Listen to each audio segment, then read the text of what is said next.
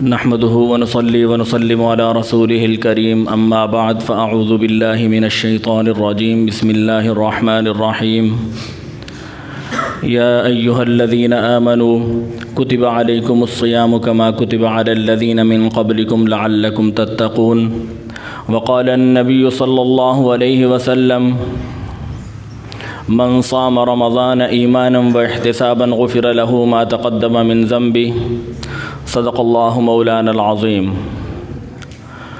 معزز سامعین گرامی قدر، اللہ تبارک و تعالیٰ کا لاکھ لاکھ فضل اور احسان ہے کہ اللہ تبارک و تعالیٰ نے ہمیں رمضان المبارک کی نعمت عطا فرمائی اور رمضان المبارک کے اندر پھر ہمیں جمعہ نصیب فرمایا جو کہ دنوں کا سردار ہے، اور آج ہم جمعہ کی مقدس ساعات سے استفادے کے لیے مسجد میں موجود ہیں۔ میرے بھائیوں، بزرگوں اور دوستو، رمضان المبارک کے مہینے میں آپ کو معلوم ہے کہ اللہ تبارک و تعالیٰ نے روزوں کو فرض کیا ہے، اور ان روزوں کو فرض کرنے کا مقصد تقویٰ بتایا گیا، اور اس کا انعام کیا۔ حضرت ابو ہریرہ رضی اللہ تعالیٰ عنہ ارشاد فرماتے ہیں کہ نبی کریم صلی اللہ علیہ وسلم نے فرمایا، من صام رمضان ایمانا واحتسابا غفر له ما تقدم من ذنبه، کہ جس نے روزے رکھے ایمان کی حالت میں اور ثواب کی نیت سے، اللہ تبارک و تعالیٰ اس کے پچھلے تمام گناہوں کو معاف فرما دیتے ہیں۔ تو یہ کتنی بڑی کامیابی کا ایک ذریعہ ہے۔ حضرت سلمان رضی اللہ تعالیٰ عنہ سے ایک طویل روایت احادیث کی کتابوں کے اندر موجود ہے کہ نبی کریم صلی اللہ علیہ وسلم نے ارشاد فرمایا، نبی کریم صلی اللہ علیہ وسلم نے ارشاد فرمایا کہ قد اظلکم شہر عظیم، کہ تمہارے اوپر ایک بہت بڑا عظمت والا مہینہ آ رہا ہے، وشہر مبارک، اور ایک برکت والا مہینہ آ رہا ہے۔ اب اگر اس حدیث کے حصے کو دیکھیں تو نبی کریم صلی اللہ علیہ وسلم نے فرمایا کہ اے لوگو، تم پر ایک عظیم مہینہ، شہر عظیم مہینہ آ رہا ہے، وہ سایہ فگن ہو رہا ہے۔ اب عظیم کا لفظ اللہ تبارک و تعالیٰ نے قرآن مجید میں بھی تقریباً 107 دفعہ استعمال کیا ہے۔ 107 دفعہ قرآن عظیم کے اندر اللہ تبارک و تعالیٰ نے لفظ عظیم استعمال فرمایا۔ یعنی جہاں کہیں بھی اگر کوئی بات ہوتی ہے، جیسے مثال کے طور پہ توحید کے مقابلے میں کیا آتا ہے؟ شرک۔ تو شرک کا گناہ کیا ہے؟ فرمایا ان الشرک لظلم عظیم، بہت بڑا گناہ ہے، یعنی اس سے اوپر کوئی گناہ نہیں ہے۔ اسی طریقے سے اللہ تبارک و تعالیٰ نے جب اپنے آپ کی صفات بیان کرتے ہوئے فرمایا تو فرمایا وَهُوَ الْعَلِيُّ الْعَظِيمُ، کہ اللہ تعالیٰ وہ بہت عظیم، بلند و برتر اور عظیم ذات ہے۔ پھر اللہ تبارک و تعالیٰ نے جب قرآن عظیم کو قرآن میں خود بیان کرنا چاہا تو فرمایا وَلَقَدْ آتَيْنَاكَ سَبْعًا مِّنَ الْمَثَانِي وَالْقُرْآنِ الْعَظِيمِ، کہ اللہ تبارک و تعالیٰ نے اس قرآن کے اندر 7 آیات یعنی سورہ فاتحہ کو اتارا، اور قرآن عظیم اللہ تبارک و تعالیٰ نے یہ اتارا، تو اس کے لیے بھی عظیم کا لفظ استعمال فرمایا۔ جب اللہ تبارک و تعالیٰ نے مومنوں کی کامیابی کا ذکر فرمایا تو فرمایا فقد فاز فوزا عظیما، کہ جو ایمان والے ہیں اللہ نے ان کو بہت بڑی عظیم کامیابی سے نوازا ہے۔ اور جب کفار کی رسوائی کا ذکر فرمایا تو فرمایا کہ ذالک الخزی العظیم، وہ بہت بڑی رسوائی ہے ان کے لیے۔ اور اگر عذاب کا کفار کے لیے ذکر فرمایا تو کہا کہ عذاب عظیم، بہت بڑا عذاب۔ اور جب اپنی طرف نسبت فرمائی تو فرمایا رب العرش العظیم، بہت بڑے عرش عظیم کا وہ رب ہے۔ یعنی بتانے کا مقصد یہ ہے کہ لفظ عظیم نبی کریم صلی اللہ علیہ وسلم نے ارشاد فرمایا کہ ایھا الناس، اے لوگو، قد اظلکم شہر عظیم، کہ تم پر ایک بہت بڑا مہینہ سایہ فگن ہو رہا ہے، وہ آ رہا ہے۔ اور اس مہینے کے اندر کرنے کے کام کیا ہیں وہ آج ان پہ ہم باتیں کریں گے کہ اس حدیث کی روشنی میں اس مہینے میں ہمیں کون کون سے کام کرنے چاہیے اور کیسے کرنے چاہیے۔ سب سے پہلے تو ہم نے یہ بات سمجھ لی کہ روزے کی جو فرضیت ہے اس کا مقصد کیا ہے؟ تقویٰ، جیسے ہم نے پچھلے جمعے بھی اس پہ ڈسکس کیا تھا۔ اور پھر اس سے انسان کو ثمر کیا ملتا ہے، فائدہ کیا حاصل ہوتا ہے کہ جو شخص نبی کریم صلی اللہ علیہ وسلم کی حدیث کے مطابق روزے رکھتے ہیں تو فرمایا کہ ان کے پچھلے تمام گناہوں کو معاف کر دیا جاتا ہے۔ تو آج ہم حضرت سلمان رضی اللہ تعالیٰ عنہ کی اس حدیث کی روشنی میں کچھ چیزیں دیکھیں گے کہ حضرت سلمان رضی اللہ تعالیٰ عنہ کیا ارشاد فرماتے ہیں جو نبی کریم صلی اللہ علیہ وسلم کی حدیث کے حوالے سے ہیں۔ سب سے پہلی بات تو انہوں نے فرمائی، میں حدیث کا مفہوم بیان کروں گا کہ اس رمضان المبارک کے عظیم مہینے کے اندر جو انسان نفل ادا کرتا ہے تو اللہ تبارک و تعالیٰ اس کے نفل کو بڑھا کر اس کا اجر ایک فرض کے برابر کر دیتے ہیں، اور جو انسان فرض ادا کرتا ہے اللہ تبارک و تعالیٰ اس کا اجر بڑھا کر 70 فرضوں کے برابر کر دیتے ہیں۔ اور پھر نبی کریم صلی اللہ علیہ وسلم نے ارشاد فرمایا کہ یہ رمضان المبارک کا جو مہینہ ہے یہ صبر کا مہینہ ہے، یہ غمخواری کا مہینہ ہے، اس میں لوگوں کے رزق کو بڑھا دیا جاتا ہے۔ اب اگر ہم صبر کی بات کریں تو صبر کوئی چھوٹی عبادت نہیں ہے۔ اللہ تبارک و تعالیٰ کے حکم سے ہم کھانے سے بھی رک گئے، ہم پینے سے بھی رک گئے، ہم تمام ان جائز کاموں سے رک گئے جو غیر رمضان میں، جو روزے کے علاوہ جو کام ہمارے لیے جائز تھے بلکہ باعث ثواب بھی تھے، ہم ان کاموں سے رک گئے۔ تو یہ ایک صبر کی کیفیت ہمیں بتائی جا رہی ہے۔ اور صبر کا پھل کیا ہے، صبر کا ثواب کیا ہے؟ نبی کریم صلی اللہ علیہ وسلم کی احادیث سے اور قرآنی آیات سے ہمارے سامنے یہ بات آتی ہے کہ اگر ہم قرآن کا مطالعہ کریں تو باقی چیزوں کے ثواب کی کوئی نہ کوئی لمٹ ہمیں نظر آتی ہے، لیکن جب صبر کی بات آتی ہے تو اللہ تبارک و تعالیٰ فرماتے ہیں کہ انما یوفی الصابرون اجرہم بغیر حساب، کہ اللہ تبارک و تعالیٰ صبر کرنے والوں کا جو اجر ہے وہ بغیر حساب کے دیتے ہیں، ان کی کوئی لمٹ نہیں ہے کہ صبر کا کتنا اجر ہے۔ انسان کی اپنی کیفیت کے اوپر ڈیپینڈ کرتا ہے کہ وہ کس کنڈیشن میں ہے اور اس کا صبر کرنے کا لیول کیا ہے، اس کے اخلاص کا لیول کیا ہے، اس کے تقوی کا لیول کیا ہے۔ اب ایک شخص وہ صبر کرتا ہے، افطاری کے بعد اس کو کہتا ہے اب میں صبر کر رہا ہوں، تو ایسا صبر تو قابل قبول نہیں ہے۔ ایک شخص دن بھر روزہ رکھتا ہے، بھوکا پیاسا رہتا ہے، اصل میں معذرت کے ساتھ ہم نے تو اس بھوک پیاس کو دیکھا ہی نہیں جو نبی کریم صلی اللہ علیہ وسلم نے دیکھا تھا، ہم نے تو اس بھوک پیاس کو دیکھا ہی نہیں جو صحابہ کرام رضوان اللہ علیہم اجمعین نے دیکھی تھی، ہم نے تو اس بھوک پیاس کو دیکھا ہی نہیں ہے جو تابعین ہمارے اکابر بڑوں نے دیکھی تھی۔ ذرا تصور کریں، آج کا کوئی غریب سے غریب گھرانے کا تصور کر کے دیکھیں، کیا ان کے پاس کیا ایسا بھی کوئی غریب ہے جو آٹے سے محروم ہو، جو کھانے سے محروم ہو، جس کے گھر 3 دن تک چولہا نہ جلتا ہو، جس کے گھر کئی دن تک چولہا نہ جلتا ہو؟ میرا نہیں خیال کوئی ایسا ہو۔ لیکن نبی کریم صلی اللہ علیہ وسلم کی زندگی کی طرف اگر ہم جاتے ہیں تو ہمیں صبر کا درس ملتا ہے کہ نبی کریم صلی اللہ علیہ وسلم کے گھر کے اندر کئی دن تک چولہا نہیں جلتا تھا۔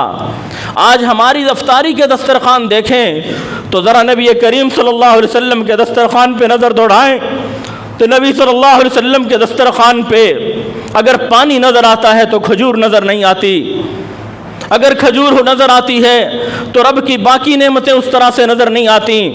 میرے نبی صلی اللہ علیہ وسلم کو معلوم تھا، اللہ تبارک و تعالیٰ جانتے تھے کہ ساری امت کوئی اتنی امیر نہیں ہوگی کہ جو ان ساری فیسلٹیز کو افورڈ کر سکے، جو ان سارے کھانوں کو افورڈ کر سکے۔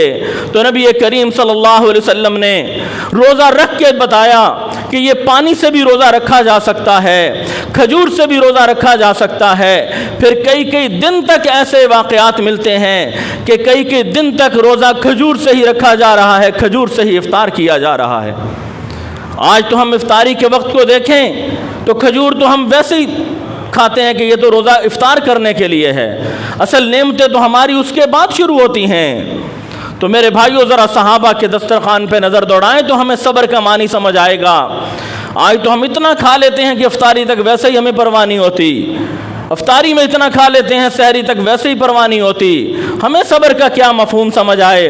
صبر کے مفہوم سمجھنے کے لیے میرے دوستو ہمیں نبی کریم صلی اللہ علیہ وسلم کی سیرت پڑھنی چاہیے، ہمیں صحابہ کی سیرت پڑھنی چاہیے کہ انہوں نے اپنی زندگی کے اندر کیسے روزے رکھے اور کیسے افطار کیے، کتنے کتنے دن فاقے کیے۔ نبی کریم صلی اللہ علیہ وسلم کے گھروں میں فاقے رہتے تھے۔ وہ صبر، کاش کہ اللہ تبارک و تعالی ہمیں آپ صلی اللہ علیہ وسلم کی من و عن اطاعت کی توفیق نصیب فرمائیں۔ اللہ تعالیٰ کی طرف سے توفیق کے دروازے تو ہر وقت کھلے رہتے ہیں، لیکن ہم ہی ایسے ہیں کہ اس توفیق کو ہم لیتے نہیں ہیں، اس کو ایکسیپٹ نہیں کرتے ہم۔ اللہ تعالیٰ ہمیں معاف فرمائیں۔ تو میرے بھائیوں، نبی کریم صلی اللہ علیہ وسلم نے فرمایا یہ روزہ غمخواری کا مہینہ ہے، ہم ایک دوسرے سے غمخواری کریں، ایک دوسرے کا دکھ درد بانٹیں، جس کے پاس کھانا نہیں ہے اس کو کھانا پہنچائیں، جس کے پاس پینا نہیں ہے اس کو پینا پہنچائیں، جس کے پاس پہننا نہیں ہے ہم اس کی کیئر کریں۔ یہ غمخواری کا مہینہ ہے۔ ہم کیا دیکھتے ہیں؟ چھوٹی چھوٹی باتوں پہ ہمارے رشتہ داروں کے اندر لڑائیاں چل نکلتی ہیں اور ہم دوسروں کو تو نواز رہے ہوتے ہیں۔ میں نے کئی ایسے لوگوں کو دیکھا کہ جو اپنے ساتھ والے پڑوسیوں کی ان کو فکر نہیں، اپنے سامنے والے رشتہ داروں کی فکر نہیں، لیکن دوسرے شہروں میں دوسری جگہوں پہ وہ لوگوں کو نواز رہے ہوتے ہیں، صدقہ خیرات کر رہے ہوتے ہیں۔ نبی کریم صلی اللہ علیہ وسلم کی سیرت دیکھیں، آپ صلی اللہ علیہ وسلم کے حکم دیکھیں تو ہمیں یہ چیز کہیں نہیں ملتی، بلکہ حضرت ابو بکر صدیق رضی اللہ تعالیٰ عنہ کی بات میرے ذہن میں آتی ہے کہ جب ان کی بیٹی پہ الزام لگتا ہے، نبی صلی اللہ علیہ وسلم کی بیوی پہ الزام لگتا ہے، تو الزام لگانے والے کا راشن بند کر دیتے ہیں، تو اللہ تبارک و تعالیٰ قرآن اتارتے ہیں۔ اب اس سے بڑی کوئی بات ہے کہ کوئی کسی کی بیٹی پہ الزام لگائے، کسی بدکاری کا یا کسی طرح کا؟ اس سے بڑی کیا بات ہو سکتی ہے؟ تو حضرت ابو بکر نے جب اس کے لیے راشن کا انتظام پہلے کرتے تھے تو بند کر دیا، تو اللہ تبارک و تعالیٰ نے قرآن اتار دیا اور قرآن میں فرما دیا وَلَا يَأْتَلِ أُولُو الْفَضْلِ مِنْكُمْ، تم میں سے جو فضل والے ہیں وہ ایسی قسمیں نہ کھائیں کہ وہ اس طرح کے کام نہیں کریں گے۔ کیا وہ نہیں چاہتے کہ اللہ ان کو معاف کر دے؟ تو میرے بھائیوں، یہ غمخواری کا مہینہ ہے، اور غمخواری سب سے پہلے اپنے رشتہ داروں سے شروع ہوتی ہے۔ آج ہم امیر کبیر لوگ ہوتے ہیں، رشتہ داروں کو نہیں دیتے، دوسروں کو نواز رہے ہوتے ہیں، میرا رب اس کا حساب لے گا۔ نبی صلی اللہ علیہ وسلم کی سیرت ہمیں یہ نہیں بتاتی۔ یہ دین ہماری اپنی چوائس کا نام نہیں ہے، یہ دین ہماری اپنی خواہشات کا نام نہیں ہے، یہ دین کس چیز کا نام ہے؟ اللہ کے حکموں کا نام ہے، نبی کی اطاعت کا نام دین ہے۔ تو میرے بھائیوں، حضرت سلمان فارسی کی اس حدیث میں نبی کریم صلی اللہ علیہ وسلم نے فرمایا کہ رمضان کا مہینہ آ چکا، روزے تم پہ فرض کر دیے گئے، اور یہ روزہ کیا ہے اور اس کا کیا ثواب ہے؟ روزے کی اگر ہم معنی کی طرف جائیں تو اس کا معنی ہے رک جانا، ٹھہر جانا کسی چیز سے یا کسی چیز سے باز آ جانا، اور اصطلاحی معنی ہم سب کو مفہوم اس کا یعنی کہ معلوم جو ہے، اس کا جو مفہوم ہے وہ معلوم ہے، اصطلاحی معنی اس کے کیا ہیں۔ تو آج ہم روزہ رکھ کے بھی اگر ہم میں تقویٰ کی صفت پیدا نہیں ہوتی، روزہ رکھ کے بھی اگر ہم میں تبدیلی نہیں آتی، تو ہمارے روزے میں کہیں نہ کہیں فالٹ موجود ہے۔ میرے بھائیوں، یہ روزہ نبی کریم صلی اللہ علیہ وسلم نے فرمایا کہ الصوم جنہ ما لم یخرقها، کہ روزہ ایک ایسی ڈھال ہے جو انسان کو گناہوں سے بچاتی ہے، اور کب تک بچاتی رہتی ہے؟ جب تک تم اس کو پھاڑ نہ دو، اس ڈھال کو۔ حضرت عثمان بن ابو العاص رضی اللہ تعالیٰ عنہ فرماتے ہیں کہ نبی کریم صلی اللہ علیہ وسلم نے ایک دوسری حدیث میں ارشاد فرمایا کہ روزہ وہ ڈھال ہے کہ جو انسان کو قبر کے اور جہنم کے عذاب سے بچاتی ہے، اور کب تک یہ بچاتی ہے؟ جب انسان اس کو پھاڑ نہیں ڈالتا۔ اور روزے کو پھاڑ ڈالنا کیا ہے؟ نبی کریم صلی اللہ علیہ وسلم نے فرمایا کہ من لم يدع قول الزور والعمل به فليس لله حاجة ان يدع طعامه وشرابه، کہ جو شخص روزہ رکھنے کے بعد جھوٹی بات کو نہیں چھوڑتا، جھوٹے عمل کو نہیں چھوڑتا، غلط حرکتیں نہیں چھوڑتا، لڑائی جھگڑا نہیں چھوڑتا، تو ایسے شخص کا اللہ کو کوئی فائدہ نہیں ہے کہ وہ دن بھر بھوکا پیاسا رہے۔ تو میرے بھائیوں، یہ وہ چیزیں ہیں کہ جو روزے کے متعلق ہمیں بتائی گئی ہیں۔ اب ایک انسان روزہ رکھتا ہے، کاروبار میں دھوکہ دیتا ہے، روزہ رکھتا ہے پڑوسی کو تنگ کرتا ہے، روزہ رکھتا ہے اس کے ہاتھ سے کوئی محفوظ نہیں، روزہ رکھتا ہے اس کی زبان سے کوئی محفوظ نہیں، روزہ رکھتا ہے سارا جہان اس سے تنگ ہے، تو میرے بھائیو ایسے روزے کا وہ اس کو کیا فائدہ ہوگا؟ نبی کریم صلی اللہ علیہ وسلم نے اسی بات کو ذکر فرمایا کہ ایسا روزہ دار سوائے بھوکا پیاسا رہنے کی اور اس کو کچھ حاصل نہیں ہوتا۔ اور اس کے علاوہ نبی کریم صلی اللہ علیہ وسلم نے فرمایا کہ روزہ دار کو اللہ تبارک و تعالی 5 انعامات سے نوازتے ہیں۔ حضرت ابو ہریرہ کی روایت ہے، سب سے پہلا انعام کہ روزہ دار کے منہ کی خوشبو اللہ کو کستوری سے زیادہ پسند ہے۔